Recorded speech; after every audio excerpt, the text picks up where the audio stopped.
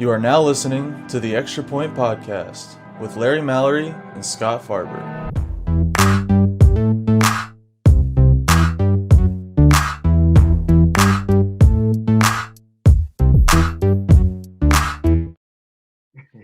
I'm Scott Farber, the good-looking guy with me, of course, my co-host and the host of The Extra Point, starring Larry Mallory. Kind of gave the name away there. Larry is a former New York Giant, current NFL Player Association president for the Dallas-Fort Worth region. Hey, man, how are you doing today? It's been another challenging day, Scott. We're hanging in there. That's the good thing. Well, that's what we got to do. Well, let me ask you, happy Martin Luther King Day. Yeah. Today's the day when we record it. Now, let me ask you, Larry, has that lost some of the significance because of the pandemic and because of all the craziness going on in our country right now? Well, it definitely has lost the kind of focus that we usually have on these types of holidays. The pandemic has just basically challenged everything. Right. For me too, Martin Luther King was killed in Memphis, Tennessee when I was in high school. Right. So I experienced a lot of the things that we're having challenges on now in terms of, I think I shared this with you, Scott, the police, the riots, and the police would almost create a riot. They would come in and, my grandmother was marching and there were many challenges, but a lot of beating and getting people off the streets immediately. Even in high school, they would force us athletes into the stadiums that you were participating in because you couldn't be on the streets. So, it brings back, for me, living during that era too, it also brings back some of the same challenges that we're having now. Well, everything, in time, it's going to get better. We could only hope. Well, before we start today, one other thing about Martin Luther King. Yeah. He was anti-hate. He was all about love. And we really need to have that anti-hate come into play today. So hopefully it will. Very well said. Very well said. Well, before we start, I want to tell you we'll have in a future show, we're going to have a couple of guests on that were the people behind the scenes of the Chris Christie Wear a Mask campaign that so many people have seen. And of course, our sister station, SF Media, did the advertising for that campaign. So we were very happy to be a part of that. And there'll be more campaigns like that coming. But on that note, I want you to show your collection of masks. Well, and with all of the, many of these types of masks that go around the ears are the normal masks nowadays. But even when you put on one that goes around your ears, you need a little space under it. So this is something that some of my South African friends sent to me. You put it on and you put your mask over it, and it gives you a little breathing room, a little breathing air. So it's really an effective, element, and especially with masks that go around your ears or go around your head. However, your eyes are very important as well. And so if it gets too cold outside, I turn into a ninja warrior. So not only does this help with the protection, it also helps with the coldness. But we've been in the state of Texas. That's why I got my hat on. That's why I have my Build Back Better. We've been so fortunate to have 60-degree weather on a regular basis. Therefore, 60-degree weather allows for me to share other types of masks that I have to make sure that everyone is safe that's around me and that I'm safe from them. Now, couple that with the Ninja Warrior mask again, which makes sure that I protect myself from other folks, and not in closing, but very close, I go here. Now, I don't wear this out much because people might not understand that it's just for protection. So, Larry, I feel like I should give an 800 number, 1995. Larry, 1-800, get your mask. I mean, that's incredible. But that piece that you were showing that helped people breathe, we would probably want that. But then again, you said it was sent to you from a buddy in South Africa. Correct. Yeah. I'm going to send you one. I have three. My wife and I have one now, and now you'll have one. But I'm gonna get where they purchase these and see if we can't get more to share with our friends and especially with the people that watch our show. uh, he is Larry Mallory. All right, Larry. So we had a coup attempt in the United States, some people would say. Some people say our democracy's in trouble. The COVID has killed nearly 400,000 of us. It's just affected us all. So let's get on to a better note. Let's talk a little football. All right. Let's talk a little football. Buffalo is going to be in the AFC title game against Kansas City. At Buffalo, those fans are hungry and they are looking good, and Kansas City might be in a little trouble with Mahomes out. Yeah, I'll tell you, that Mahomes out was so interesting for me to see, when he tried to get up off the ground, he could hardly stand. It almost seems like the neck position that guy turned his neck in created that imbalance and that concussion. But he did tweet out later, anything is possible. Yeah, well, his backup quarterback, the backup for Kansas City, has been in the league about 12 years, Chad Henning, and he ran for a very important first down, 3rd and 14. He picked it up. Yeah. And then that 4th down play, I wonder if that was Andy Reid or their offensive coordinator, the play caller, Bieniemy. I think I remember him when he played at Nebraska and used to drive OU crazy. But anyway, what did you think about that? Should they have gone for 4th and 1? They didn't make it. They would have given Cleveland great field position, 2 minutes left, game on the line. Do you think they should have gone for that? Or was everybody just thinking they were going to pretend to try to draw them off sides and they thought they can get Cleveland resting? What did you think on that play? Well, Kansas City is the present Super Bowl champions. They've done very well. I mean, there's so many stats for Kansas City. He leads the league in 3rd down conversions. He on and on and on. 60 straight games where they've assumed the lead after the first quarter. They've scored on every first half this entire season. There's a confidence in that team, I think, that allows the coach's decisions to align to the confidence of the team.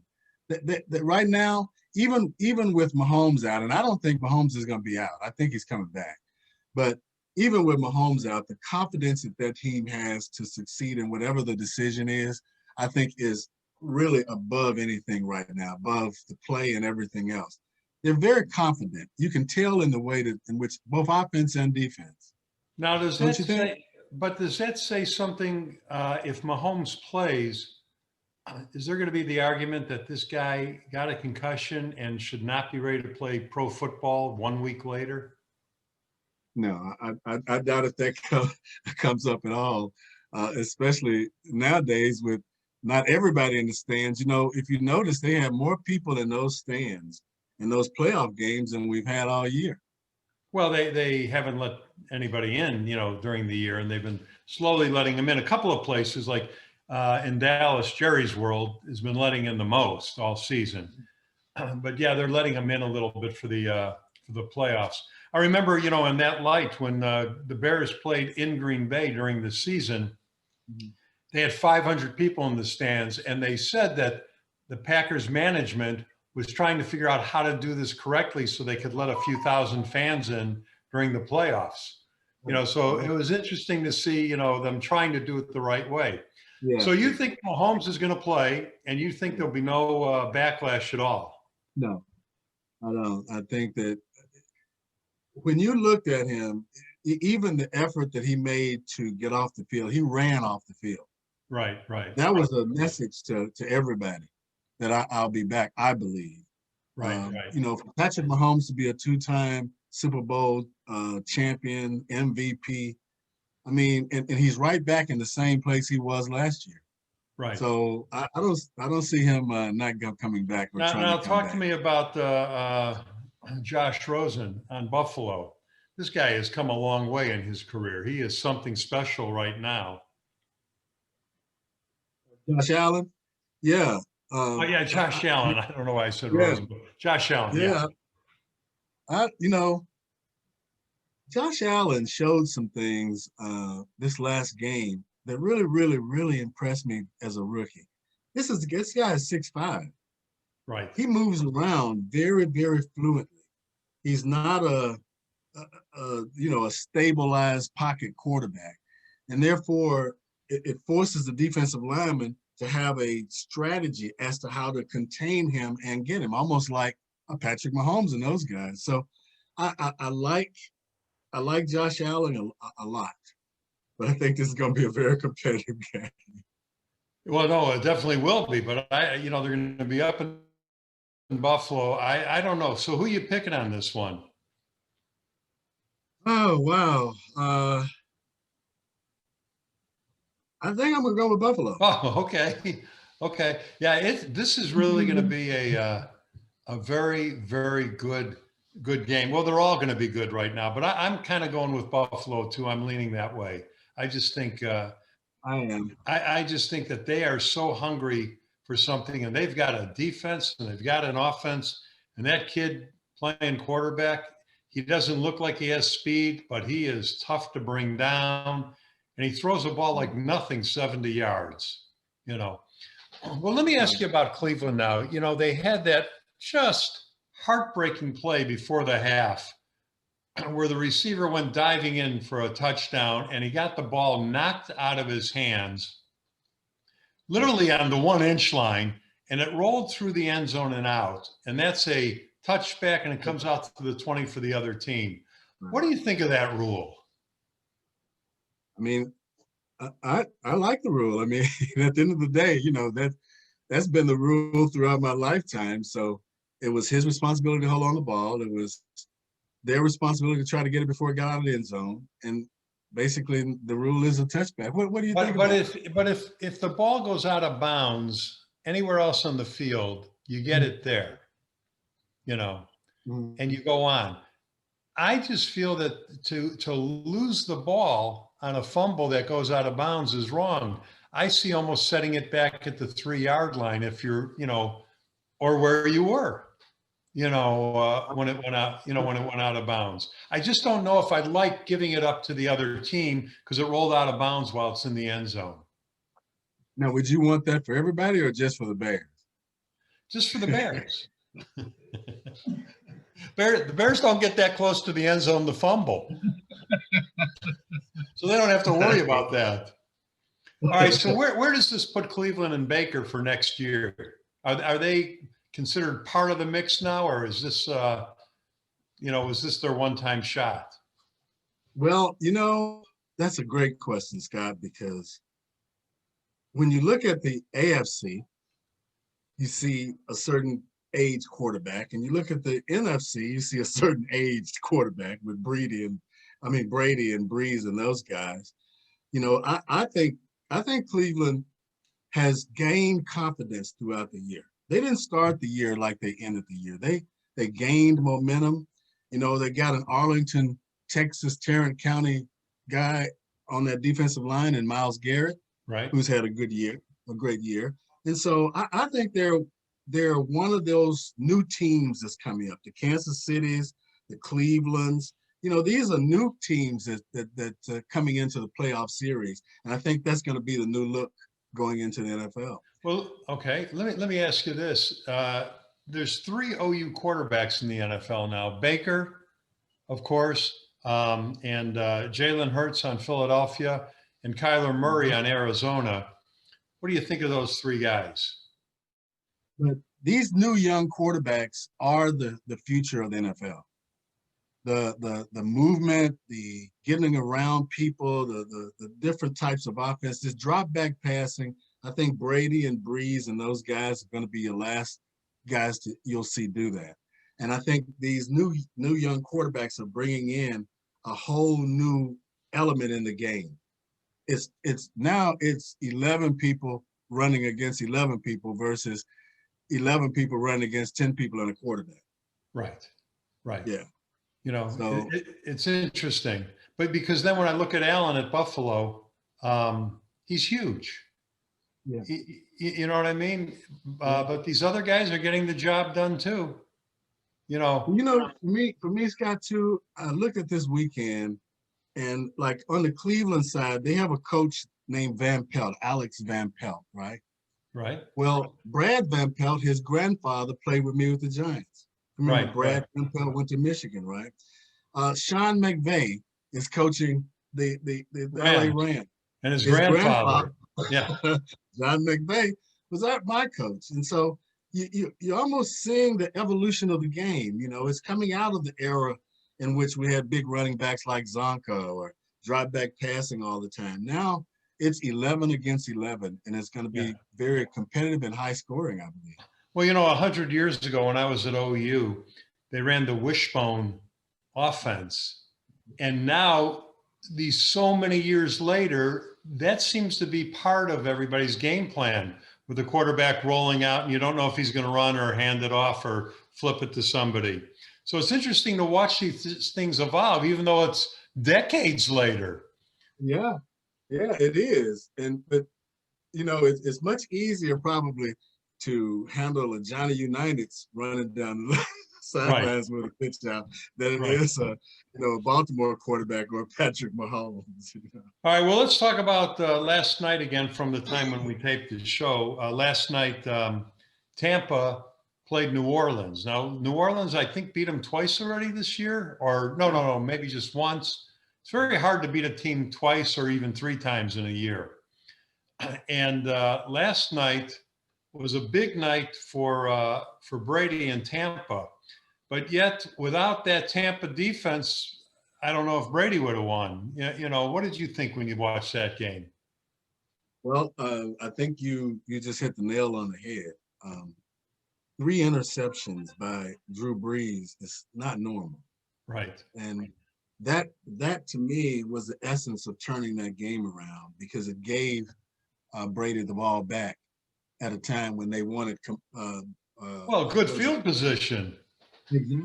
Field position, and Alvin Kamara. That's what it kept him off the field, who's a dynamic running back. But I think that even the guys, the people that were talking about the game prior to it starting, was talking about possibly this being Drew Brees' last game. Right. And it was somewhat reflective.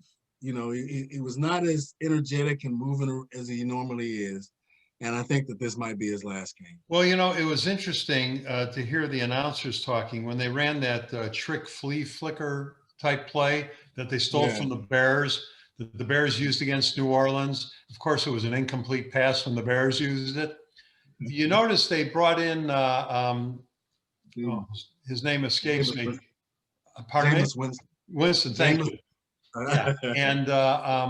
And they said because they had to throw the ball downfield and they don't think Drew could throw it far anymore. So I found that very interesting. I did too. You know, so that kind of tells me that either the ribs are still sore or at age 42, he doesn't have to try to prove anything with Tom Brady and keep playing. You know, it was also interesting after that game, Brady and Breeze were on the field together, and Breeze had his kids and his wife out there, and Brady threw a touchdown pass to one of Breeze's sons. I mean, that was kind of a neat moment showing people in a real life form, you know, as opposed to just these warriors on the football field. And even the language that Brady used was a unifying language, because they asked him about the game and everything, and I like the combination of words that he used because it implied his respect for Breeze, but it also implied everybody's respect for one another. So I liked what he said. Right. Somebody brought up a point to me, and I found this very interesting too, and I wanted to get your thoughts on it. When we talk about an NBA game, people will go to the game or watch the game because of a certain player that's going to be playing in the game, that they want to see LeBron or they want to see Jimmy Butler in Miami. They're not talking about teams. But in football, you watch because of the team. It's much more of a team sport, I think, where in basketball, it really is about these great players that form their own teams now. They pick the guys they want to be. Who wants to play with LeBron? We're going to go to LA. They form their teams now, it seems. Do you have any thoughts on that?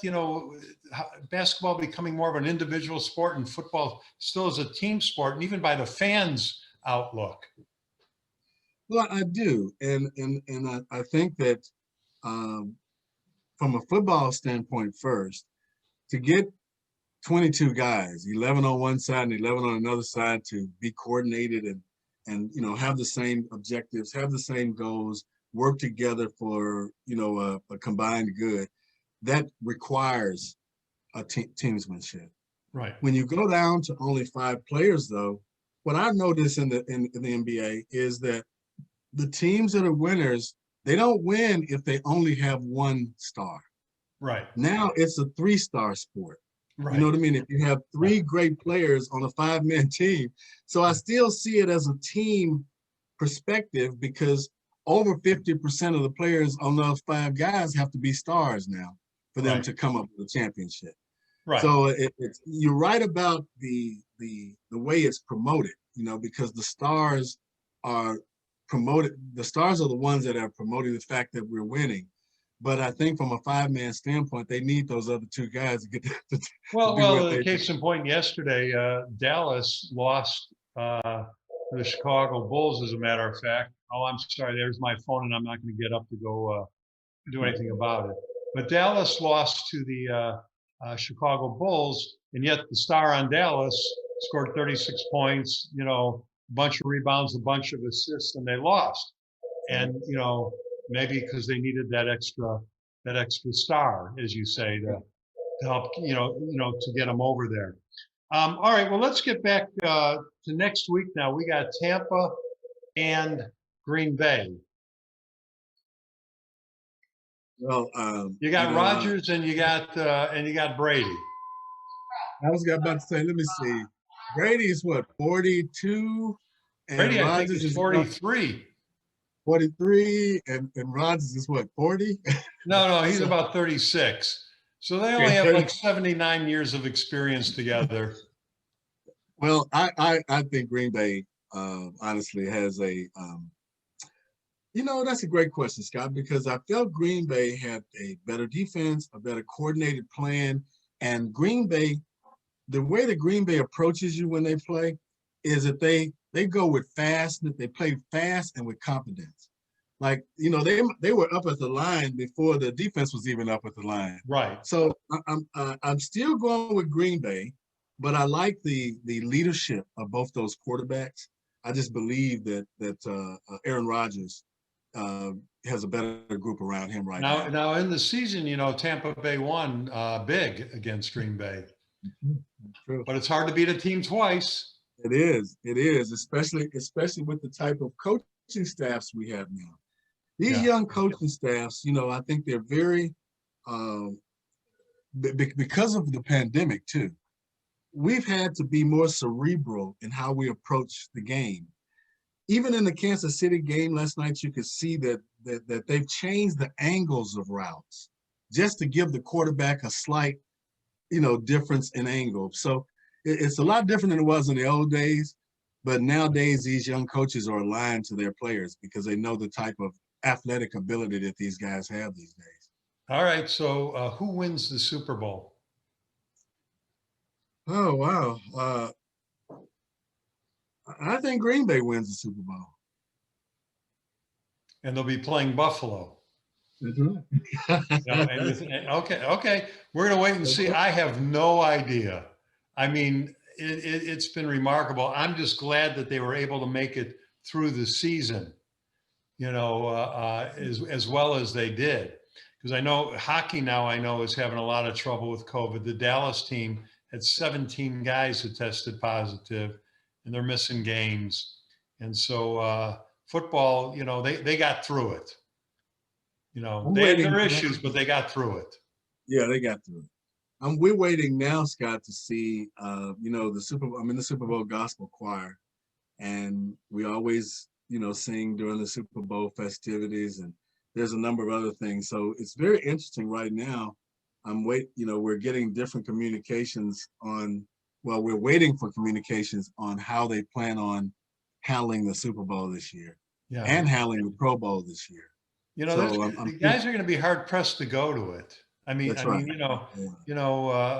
With that traveling, it's taking a big risk. I'll probably watch you sing on Zoom. I think that'll probably be the case too. I know my mother's already said you're not going to do it unless you do it on Zoom. So. Yeah. Well, and I know your wife has been taping you in the shower, so we've all been listening to you sing anyway. All right, my friend. Well, we better jump. Caitlin's waving her arms frantically at us, so it's time to rock and roll and go. We'll see how you do. I hope everything with the inauguration goes well. I hope this country starts to come together. I think we will. We need to, and everybody's got to stay safe. Get a shot in that arm. That's right. Get those vaccines everywhere. All right, my friend. We'll talk to you soon. Take care. Build back better. All right. See you next time. Right. All right. Thanks so much for watching. Please make sure you like and subscribe right here to our YouTube channel. And if you enjoyed, please share with your friends. And if you want to see our collection of hundreds of stories told by the people who live them, please head on over to gbctv.net. Thanks so much.